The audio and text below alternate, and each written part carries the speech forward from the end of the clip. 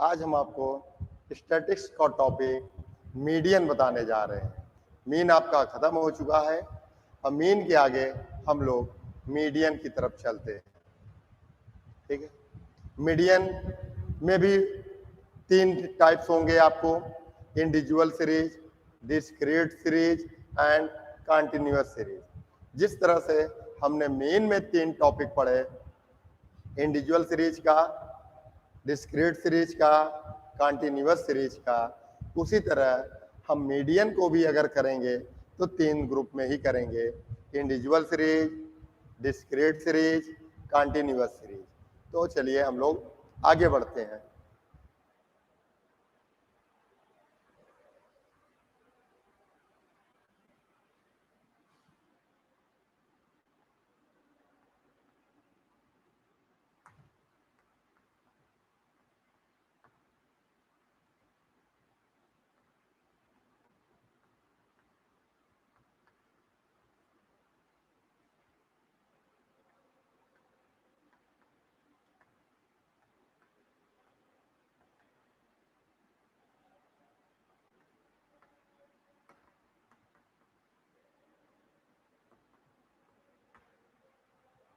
Clear?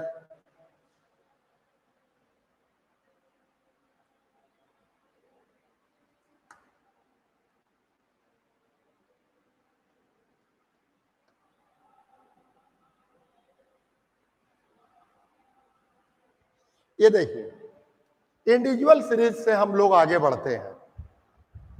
Individual series में mean ज्ञात करने के लिए सबसे पहले क्या करना पड़ता है?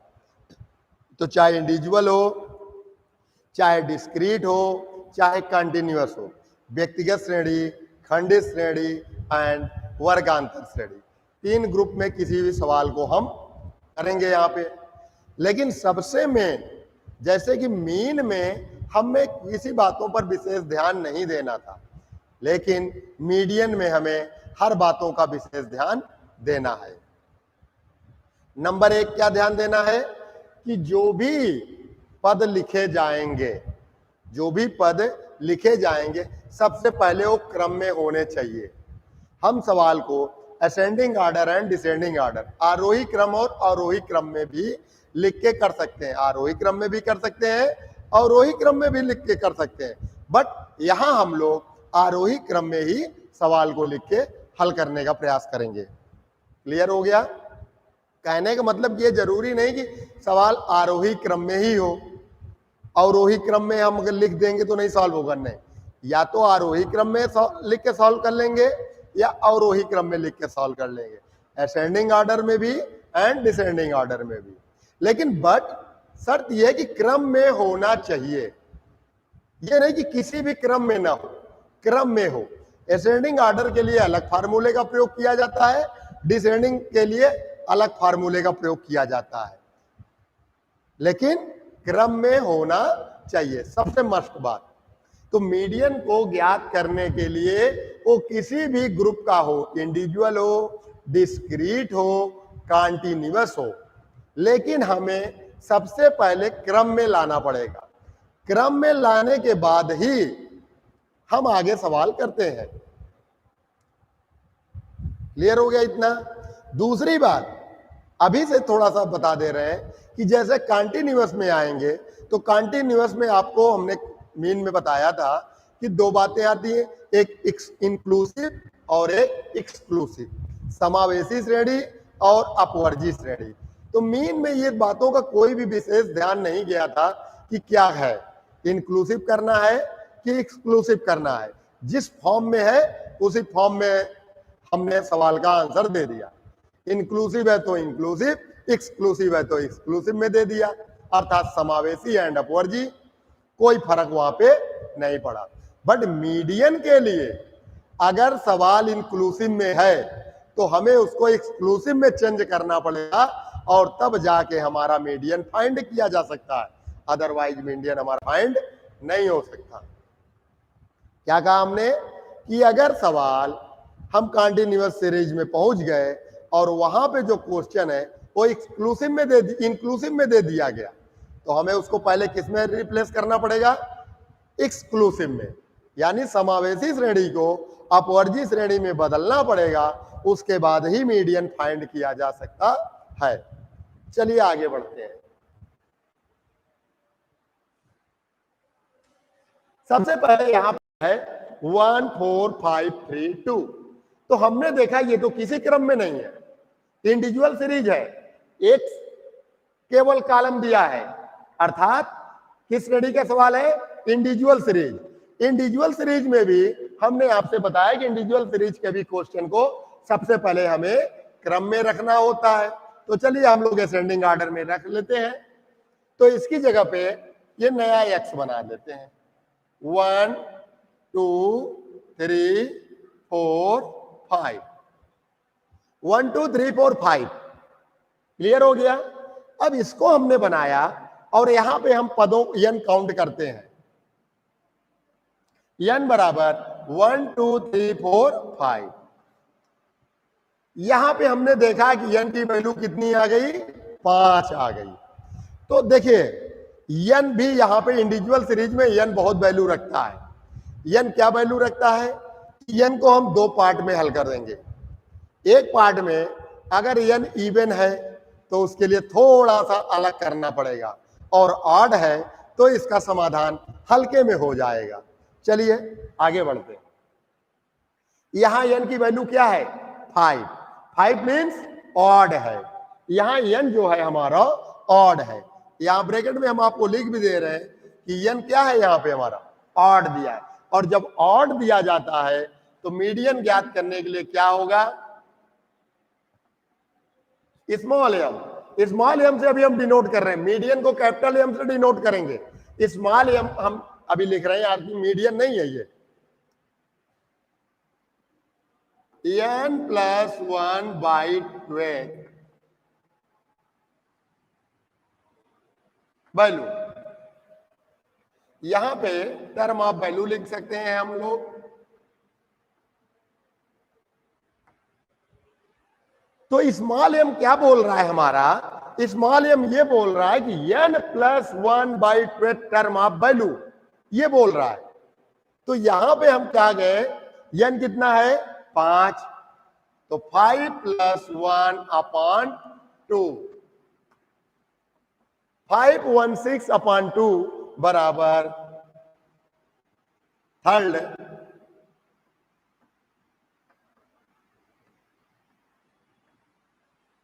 टर्म ऑफ वैल्यू, अर्थात तीसरा पद।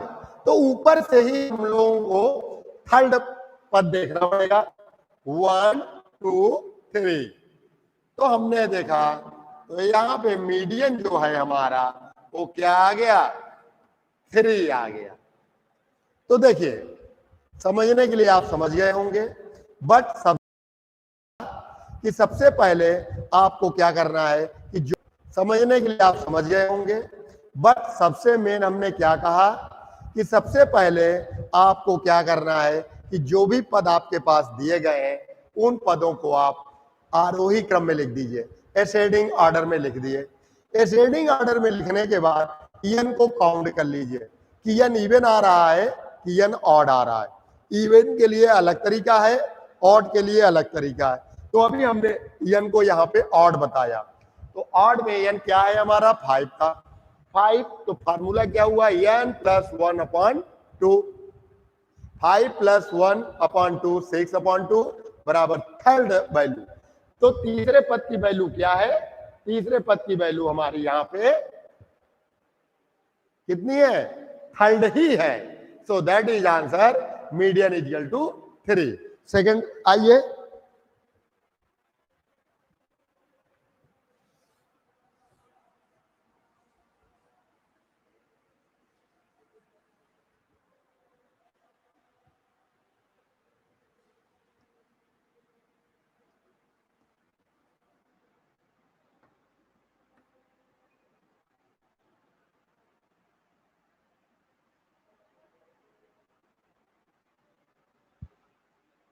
चलिए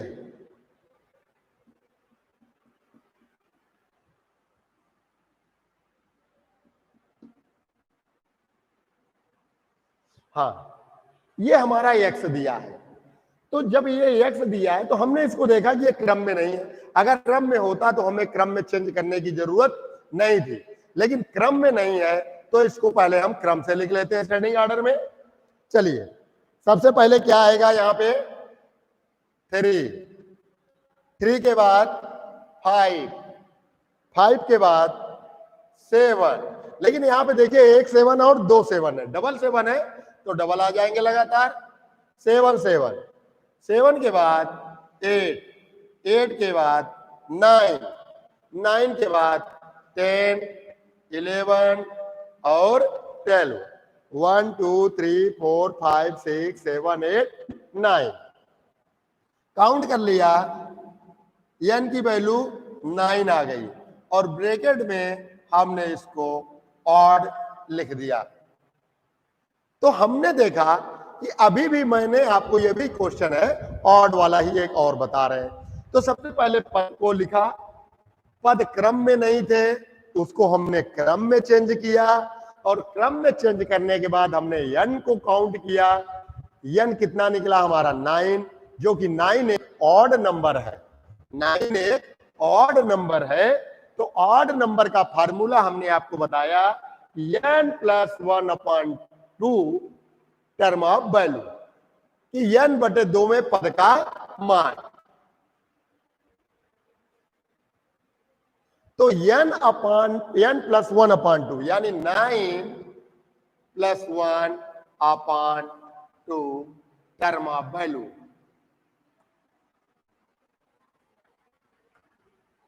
अर्थात 5th टर्म ऑफ वैल्यू।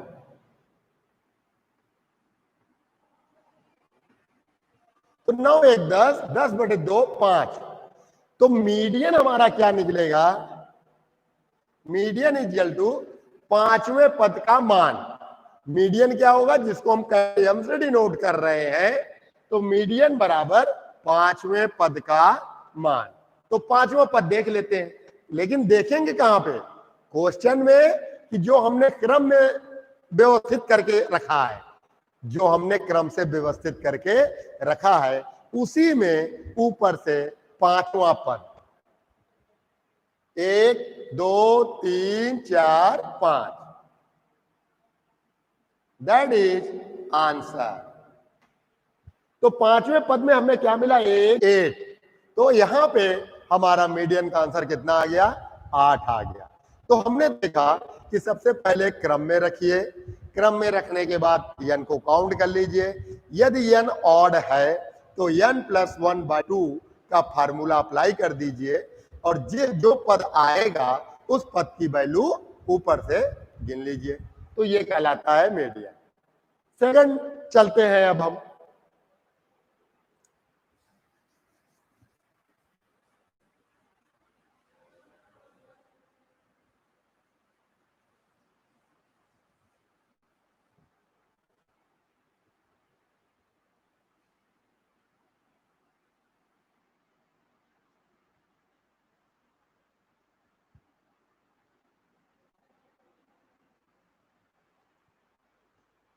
चलिए नेक्स्ट क्वेश्चन देखिए। अब हमारे पास ये क्वेश्चन है, इसको फिर से हम लोग देखा कि क्रम से नहीं है, क्रम से नहीं है। तो सबसे पहले हमने क्या करेंगे? क्रम में रखेंगे इसको। 3 5 7 7 8 9 8 9 11 12 12 and 16 1 2 3 4 5 6 7 8 9 10। यहां पे n 10 आया, इसको ब्रैकेट में लिख देंगे इवन। तो यहां पे हमने देखा कि जो पद दिया है उसको क्रम से लिख दिया। क्रम से लिखने के बाद उसको n को हमने काउंट किया। जब n काउंट कर लिए तो हमारा क्या निकल के आया n 10। तो 10 क्या है, एक इवन नंबर है। अभी इसके पहले आपको मीडियन, यहाँ पे क्या आ गया, इवन आ गया। तो जब इवन आ गया तो अब हम लोग इसको कैसे सॉल्व करेंगे, चलिए देखते हैं। तो सबसे पहले तो हम यहां भी वही फार्मूला यूज कर 1/2 बराबर n की वैल्यू कितनी 10, या लिख दीजिए 10 + 1/2। क्लियर हो गया।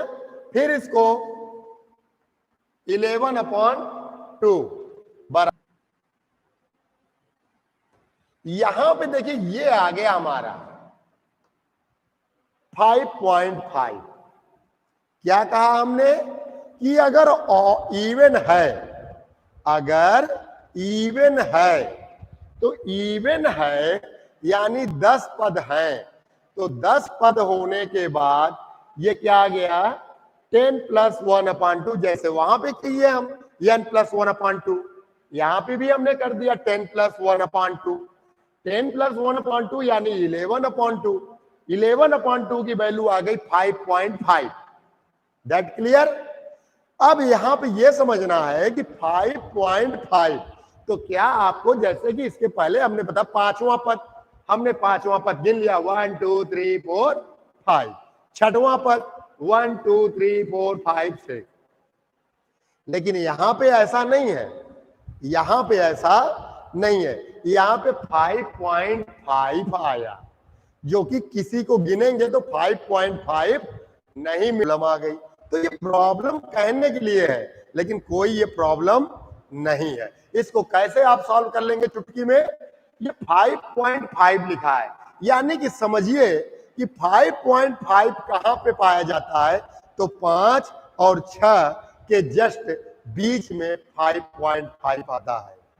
यानी 5.5 जो है 5.5 5 और 6 के जस्ट बीच में पाया जाता है। तो हम लोग वही काम कर दे, पांचवें पद का मान प्लस छठवें पद का मान अपॉन 2 कर दे, तो दैट इज आंसर सॉल्व हो जाएगा। तो हमें यहाँ पे यही करना है।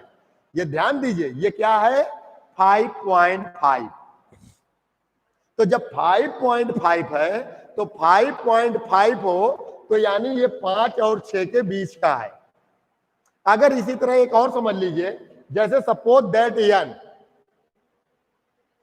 यहां पे n 12 होता, यहां पे n यदि 12 होता, हम लोग इसको गिन लेते और n की वैल्यू 12 आ जाती, तब क्या करते, तो फार्मूला तो एक ही होता है। तो 12 + 1/2 बराबर 13/2 बराबर 6.5। तो यहां भी 0.5 की दिक्कत आ गई, लेकिन उसके पहले क्या है 6, तो एक होल नंबर है और 0.5 उसके आगे का नंबर दे दिया गया। तो इसका मतलब कि 6.5 इन दो संख्याओं के बीच में पाया जाएगा 6 और 7। तो 6 और 7 के बीच में 6.5 पाया जाएगा। तो हम लोग यहां पे वही काम कर देंगे, छठवें पद का मान प्लस सातवें पद का मान बटे जाएगा, वो 6.5 की वैल्यू अपने आप निकल आएगी। क्लियर हो गया इतना। तो अब हम लोग क्वेश्चन को सॉल्व करते हैं, जो क्वेश्चन दिया है। तो यहां पे हमारा m जो है, स्मॉल m जो है क्या निकला, n की वैल्यू 10 थी, 10 + 1 कर दिया 11/2 यानी 5.5, 5.5, जिसको हम इस तरफ कैसे लिख सकते हैं 5.5 टर्म ऑफ वैल्यू को, value of fifth term plus value of six term divide 2। पांचवें पद का मान प्लस छठवें पद का मान डिवाइड 2 कर दिया जाएगा, तो 5.5 पद का मान निकल आएगा। तो देखिए अब यहां पे पांचवा पद देखिए 1 2 3 4 5, पांचवें पद में क्या मिला हमको 8 प्लस वैल्यू ऑफ 6 टर्म, छठवें पद में क्या मिला 9 प्लस 9 डिवाइड बाई 2, तो 9 8 17/2 यानी कि 8.5 दैट इज मीडियन। तो यहां पे मीडियन जो है हमारा वो कितना आ गया 8.5। क्लियर हो गया? एक बार फिर से अच्छे से समझ लीजिए। सबसे पहले x दिया है, x को आपने क्रम से रखा, किस क्रम से? आरोही क्रम से रखा। आरोही क्रम से रखने के बाद आपने क्या किया n को काउंट कर लिया। जब n आपका काउंट हो गया तो आपने देखा कि n यहाँ पे इवन है या n यहाँ पे ऑड है, तो आपको पता चल गया कि n तो क्या है इवन है। तो जब n इवन है तब हम क्या कर दे रहे हैं कि फार्मूला लगा दे रहे हैं। ठीक है, इवन का फार्मूला क्या हुआ कि n + 1/2, तो ये तो सभी के लिए हुआ। अब यहां जब 0.5 वाली बात हो जाती है तो होल नंबर और प्लस उसके आगे का नंबर डिवाइड बाई 2 कर देते हैं। तो जैसे यहाँ पे 5.5 टर्म ऑफ वैल्यू आई, तो value of fifth plus value of 6 divide 2, तो इसी तरह से हमने पांचवें पद का मान लिख दिया, छठवें पद का मान लिख दिया और 2 से डिवाइड कर दिया, तो आपका आ गया आंसर 8.5। ये कहलाया मीडियन। तो इंडिविजुअल सीरीज में ये दो बातें मेन थी और दो ही यहाँ पे टाइप्स थे इंडिविजुअल के, वो जो दोनों हमने आपको बता दिया। इतना क्लियर हो गया? इसमें कोई समस्या है अच्छे से आप देखिए और फिर से आप पूछ सकते हैं आप कमेंट के जरिए। अब हम लोग इसका सेकंड टाइप्स क्या है, डिस्क्रीट सीरीज। इसका जो सेकंड टाइप है वो क्या है, डिस्क्रीट सीरीज। तो आगे अब हम चलते हैं और डिस्क्रीट सीरीज को समझने का प्रयास करते हैं। इंडिविजुअल सीरीज हम ये मान के चल रहे हैं कि आपको अच्छे से समझ में आ गया होगा।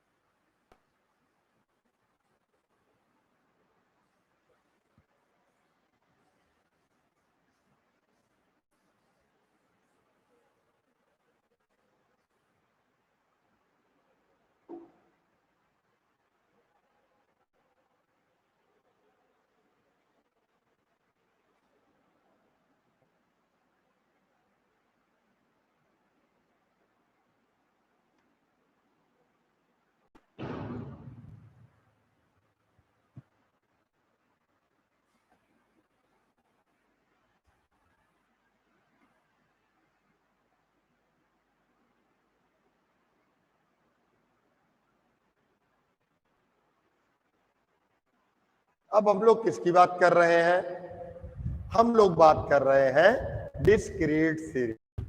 किसकी बात, डिस्क्रीट सीरीज की। एक मिनट,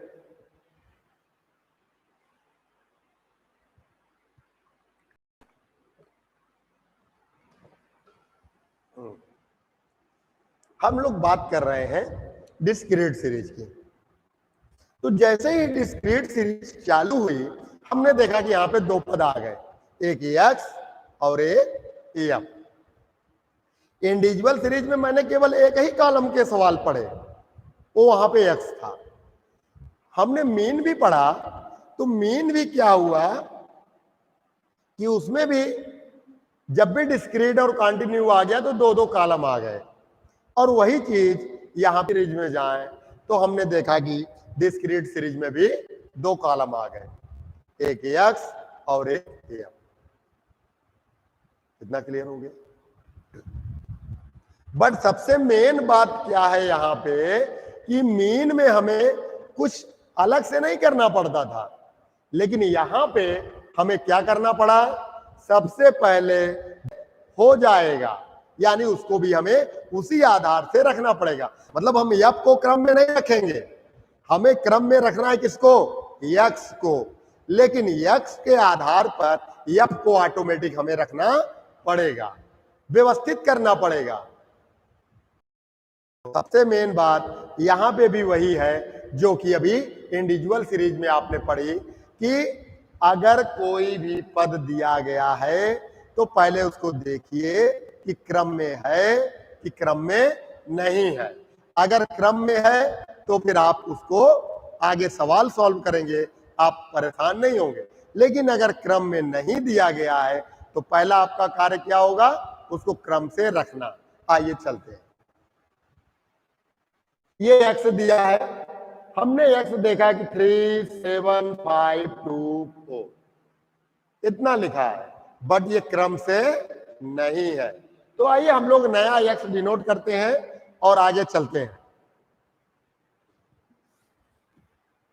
3 के बाद 4 आएगा, फिर 5 आएगा और फिर 7 आएगा। हमने यहां पे देखा कि जो x की वैल्यू दी गई है वो x की वैल्यू 2 3 4 5 और 7 दी गई है। इतनी बात क्लियर हो गई कि सबसे पहले हमें क्या देखना पड़ा, x को देखना पड़ा। x किस में था, क्रम में नहीं था। तो जब x क्रम में नहीं है, जब x क्रम में नहीं है तो सबसे पहले हमने क्या, तो 2 के सामने क्या आ गया, 1 आ गया। फिर 3 की वैल्यू कितनी है 7 है, तो 4 के सामने 7 आएगा। 5 की वैल्यू 0, तो 5 के सामने 0, और 7 की वैल्यू 5 है तो 7 के सामने रख रहे हैं। तो जो x को तो हमने व्यवस्थित कर लिया, बट x का मान जो है किसमें, यफ में है, तो x के द्वारा यफ जो है परिवर्तन हो जाएगा।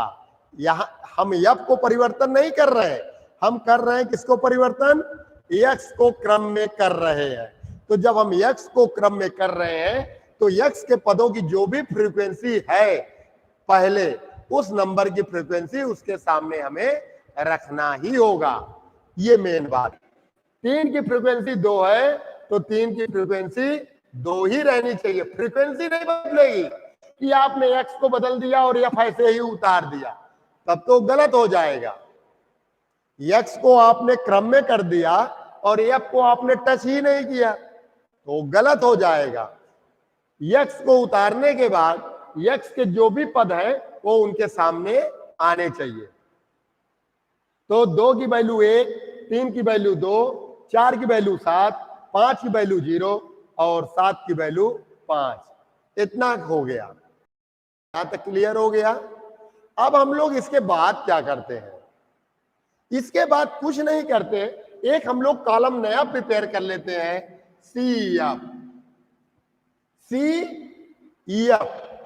सी for cumulative, F for frequency.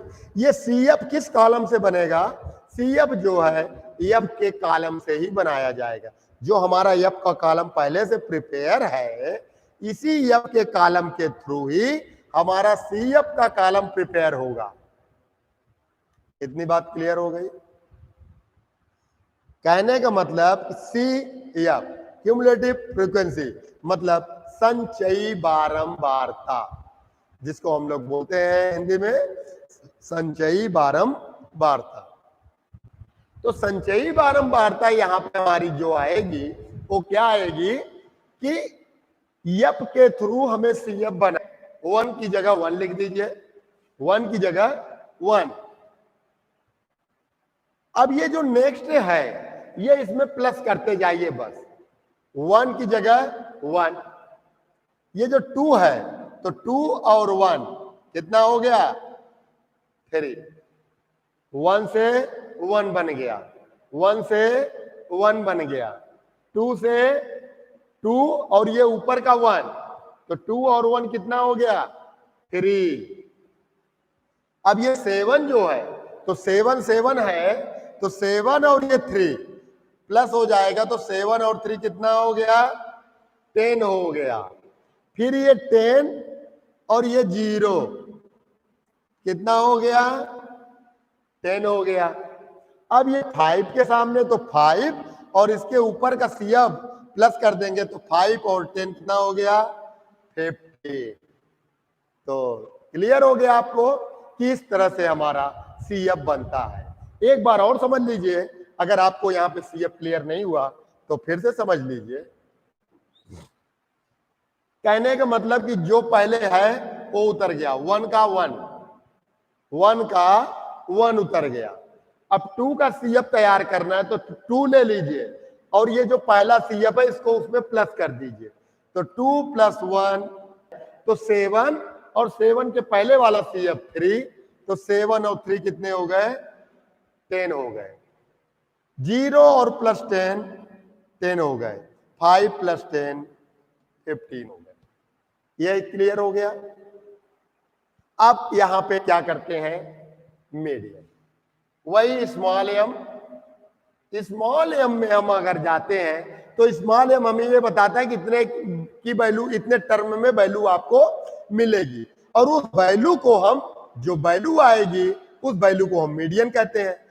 तो ये स्मॉल एम हमें ये बताता है कि किस वैल्यू में आपका टर्म में आपका वैल्यू फंस रहा है, ठीक है। और लेकिन मीडियन जो हमारा उस पद में आपका मान होगा वही मान हमारा मीडियन कहलाता है।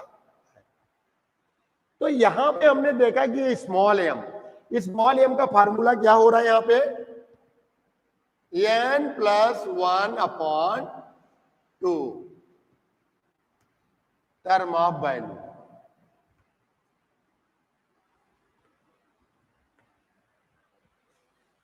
तो अभी हम इंडिविजुअल सीरीज में भी पढ़ के आए कि स्मॉल m बराबर n+1/2। यहां भी वही पढ़ने को मिला हमें, n+1/2। कोई परेशान नहीं, n+1/2। n कितना है? ये इसी को n कहते हैं, इसी को n कहते हैं, ये जो लास्ट में CF आया। अर्थात आप f को काउंट करेंगे तो यहां भी यही आएगा आपका 15। 2 1 3 7 3 10 5 15। तो लास्ट f का टोटल जोड़ और CF का लास्ट जो है ये दोनों बराबर आने चाहिए, और दोनों बराबर है। तो कहने का मतलब कि n की वैल्यू यहां पे क्या है? 15। तो 15 + 1/2 बराबर 16/2, 8th टर्म ऑफ वैल्यू।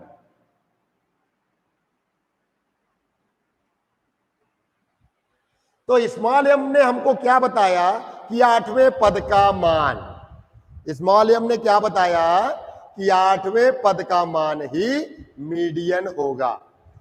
ये 8 कहां से आया?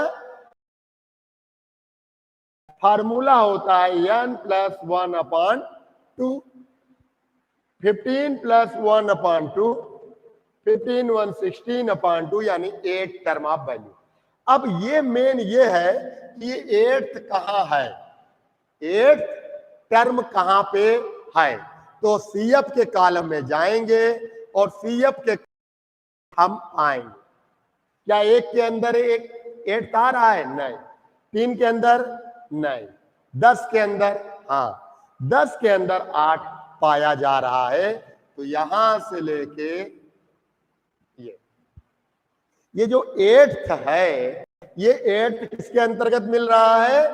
10 के अंतर्गत मिल रहा है। और 10 के अंतर्गत मिल रहा है तो इसका मान क्या होगा? तो मान हमेशा f में नहीं पाया जाएगा, मान हमेशा x में निकलेगा। No confusion. जो ये हमारा 8th टर्म आया, 8th को हम कहां पे देखेंगे? CF के अंदर देखेंगे। किसके अंतर्गत? CF के अंतर्गत देखेंगे। और CF के सामने हम चलेंगे तो हम F के कॉलम में नहीं रुकेंगे, हमेशा वैल्यू किस में मिलेगी आपको? X के कॉलम में।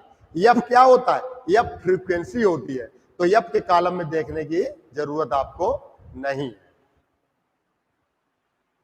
तो ये 8th कहां पे मिला? 1 में मिलेगा नहीं, 3 में मिलेगा नहीं, 10 के अंतर्गत 8 आएगा। हम ऊपर से चल रहे हैं। अब ये मत कहिएगा सर इसमें भी मिलेगा, इसमें भी नहीं। हमें कहां से चलना है? ऊपर से चलना है। तो ऊपर से जब हमने चला तो हमने 8 इसमें मिल गया, और इसके सामने हम गए, एफ में नहीं रुकेंगे, कहां पे आ गए? 4 में। तो मीडियन इज इक्वल टू 4। तो मीडियन हमारा भी यहां पे क्या आ गया? 4 आ गया।